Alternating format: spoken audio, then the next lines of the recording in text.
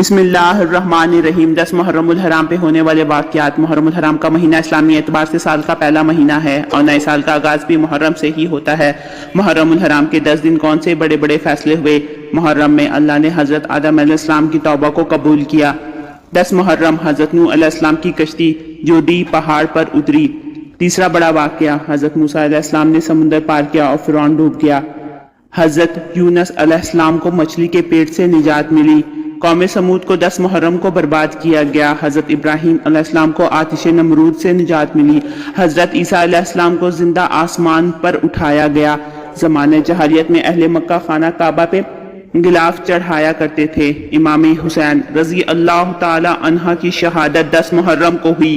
10 محرم کو ہی حضرت عیسیٰ علیہ السلام دنیا میں تشریف فرما ہوں گے اور 10 محرم الحرام کو ہی قیامت برپا ہوگی۔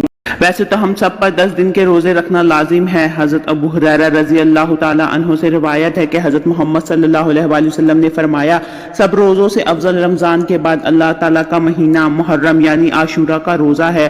عاشورہ کا روزہ لازمی رکھنا چاہیے کیونکہ فرمان مصطفیٰ ہے، عاشورہ کا روزہ 1 سال قبل کے گناہ مٹا دیتا ہے۔ اللہ تعالیٰ ہم سب کو عمل کی توفیق عطا کرے، آمین۔ مزید اس طرح کے انفارمیٹیو ویڈیو کے لیے میرے چینل کو لائک اور سبسکرائب کریں۔ ملتے ہیں نیکسٹ ویڈیو میں، رکھیے گا اپنا بہت سا خیال۔ اللہ حافظ۔